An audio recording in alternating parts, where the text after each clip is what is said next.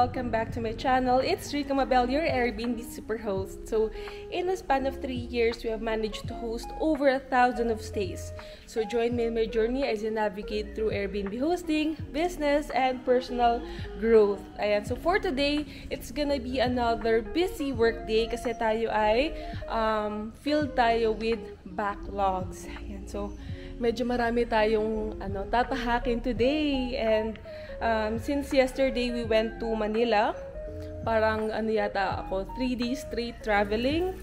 So for today, it's gonna be like a recovery day and also get back on track day. Ayan, so ang pinaka-targets natin today is number 1, do some office work, and then number 2, delegate tasks sa aming worker that's staying nearby. Ayan, so we're gonna be delegating yung pinaka-cabinetry work.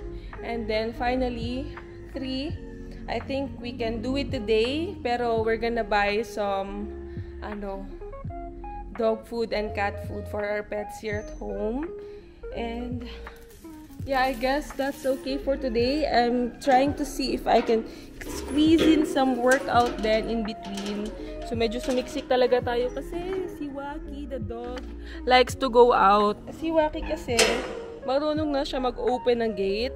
And then ang challenge that we have been encountering with Waki is nareklamo na siya ng mga kapitbahay kasi nangahabol siya. So siya yung dog namin na first dog namin na napabarangay. So, hindi lang pala tao yung napapabarangay, pati din pala dog. So, ayan, he can't really go out now. And he really loves the outdoors so much. So, I'm so sorry, Waki, you're gonna stay there for now. Or else, baka mapabarangay siya ulit. Nakarating na tayo ngayon sa ating bodega. So, I just wanna show you this cat. This very beautiful cat na si Blue. Hello, Blue! Hello! You have 2 different eye color. Uy, ba't parang galit si Blue ngayon? Friends man tayo, Blue. Let me touch you, babe. So, this mama is a very pregnant cat. Ayan, hi, Blue! Hi, Blue! Cute mo naman, Blue. Hello everyone, so we are already at the office. Ayan, so nandito na tayo sa office. And then, ito yung current setup natin today. So ito yung laptop, and I'm just untangling the mouse wires. And then, medyo magulo pa yung mga items dito since it's been last time since I work here. And typically, whenever I work here and then I leave for travel, I'm always in a rush. So, medyo nagugulo yung mga items inside. But, ang ginagawa ko right now is I actually watch muna yung mga vlogs, ganyan, so that I can calm down my mind. Kasi masyadong maraming nag-run ng mga ideas, mga task, mga process. So, I just watch something predictable like a vlog para lang ma-relax yung isip. And then, I'm gonna clean this office, and then ayun, so I'm gonna clean this office, and then after that I'm gonna be getting to work mode na talaga. So we have tons of things to do today. We also have a meeting at around afternoon, and we also have tons of things to send. So I also prepared coffee. Ayan, so actually this is yung coffee natin ngayon para makontrol ko yung calories and sugar intake. So what I do is I drink Golden Kili. Ayan, lang siya, 3-in-1 mix, pero less yung less yung fat niya and sugar. And 1 serving is around lang siya, 80 calories. So as much as I want to try yung mga commercial drinks, ayan, so medyo tigil-tigil muna tayo doon para hindi naman masyadong maraming calories yung makonsume natin and fat. Yes, so parang hindi tayo lumobo sa pagkaan ng buong panahon. Ayun, so yeah, so let's get to work.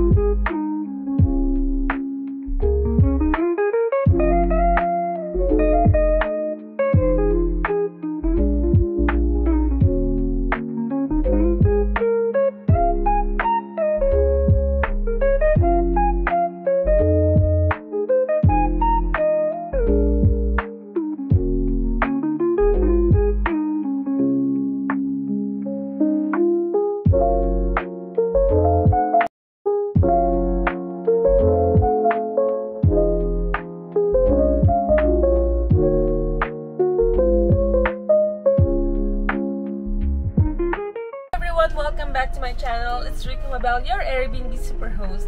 In a span of 3 years, we've managed to host over 1,000 of stays. So join me in my journey as I navigate through Airbnb hosting, business, and personal growth. For today's video, tayo ay pupunta sa Manila. So ano ba yung gagawin natin doon? So una, we're gonna so ang overall encompassing na pinaka-task natin dito is to monitor all the sites that we have. So saan ba yung mga site na yon? So yung una is para sa ating QC project. So for that one, we are building a loft. Ayan. So for a family of 4. Ayan. And then after that, we're gonna go to BGC and I'll be showing you one of our projects there. So that project is actually ano na talaga siya. It's already pretty nice.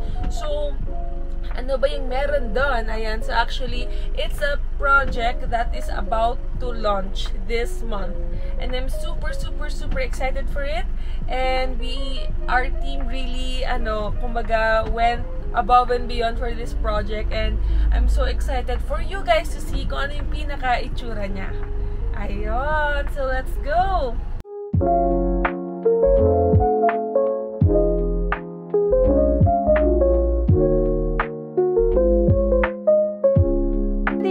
We are here at one of our upcoming or to-be launched unit here at Bonifacio Global City. So this one is gonna be an Airbnb. We are the ones who did the design and build of this unit. So I can't wait to show it to you guys. Let's go! So, once you enter the unit, ito po yung pinaka-makikita natin sa ating left side, which is yung pinaka-kitchen area. So, by the way, itong area na to is up for final cleaning or yung tinatawag na post-construction cleaning. So, ang pinapakita ko sa inyo ngayon ay yung current state niya. Ayan. So, magkakaroon naman tayo ng pinaka-final na tour video. Pero gusto ko lang ipakita sa inyo yung aming work in progress. Okay? So, ito yung ating pinaka-kitchen area. Ayan. So, yung mga appliances natin, dito siya mailalagay. Ayan. So, naka-stow dyan yung mga appliances natin para once na naka-stay kayo dito sa unit, ay hindi pa kalat-kalat yung ating mga appliances.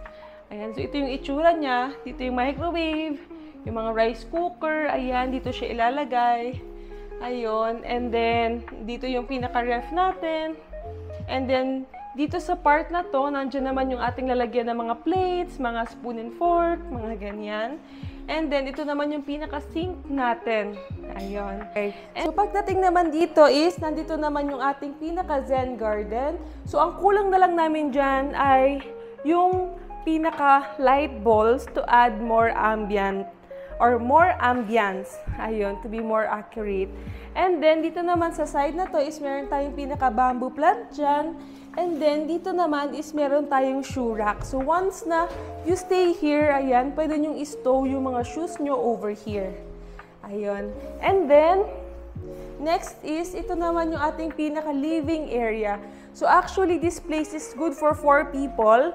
So, meron tayong double-size bed sa taas or full-size bed. Ayan. And then, dito naman sa baba is meron tayong pinaka-day bed. So, paano magiging good for 4 itong unit? So, yung additional guests natin, yung 3rd and 4th guest natin, pwedeng dito sila magstay. Ayan. So, and meron din tayo ditong pinaka-pull-out bed. So, yung 3rd or 4th person, pwedeng dito sila magstay. Ayan. And then, dito naman sa ating pinaka-day bed is across naman siya ng ating TV. Ayan, so ito yung TV natin. This is actually already smart TV.